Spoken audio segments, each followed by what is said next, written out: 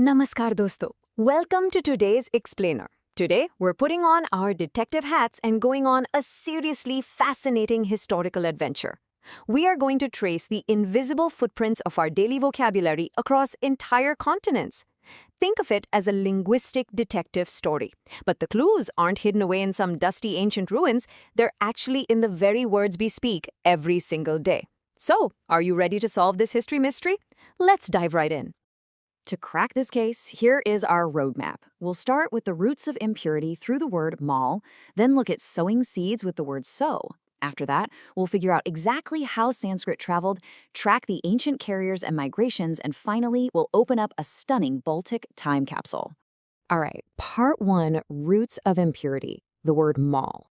Now, if you speak Hindi, Marathi, Bengali, Punjabi, or Gujarati, the word mal feels incredibly familiar. It's a word we hear all the time, right?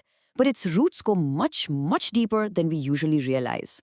In Sanskrit, this root stands for bad, impurity, excreta, or filth. And it's just so deeply woven into our daily cultural contexts. I mean, think about it. In yoga and Vedanta, we talk about mal shuddhi, the purification of impurities. Over in Ayurveda, it refers to bodily waste that needs clearing out. And even in modern everyday Hindi, we use the word mela to describe the dirt of the skin or the mind. It is this fundamental core concept of something that needs to be filtered or cleansed. Keep that exact meaning locked in your head for a second. Because it is genuinely shocking how this exact word survived across the globe. From English all the way to Romanian, the exact sound and meaning remain perfectly preserved. In Latin, we get mallis. In French, Spanish, Italian, and Portuguese, it is literally just mal. And in English, well, what happens when your body isn't getting good nutrition? Malnutrition. What about when a machine has a bad operation? It's a malfunction. Even in German, we see Mangel or mal.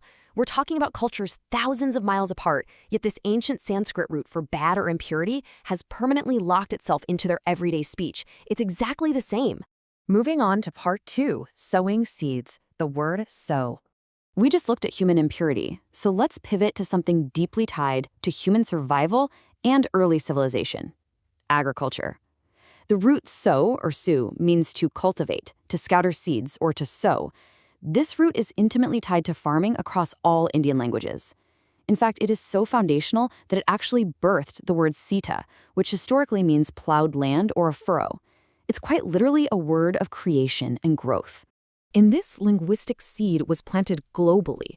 The Germanic language family independently held on to this exact Sanskrit root. You see the German sein and Swedish and Norwegian sa. Simultaneously, the Romance and Latin languages did the exact same thing. You have the Latin sero, French simbra, Spanish sembra. Both of these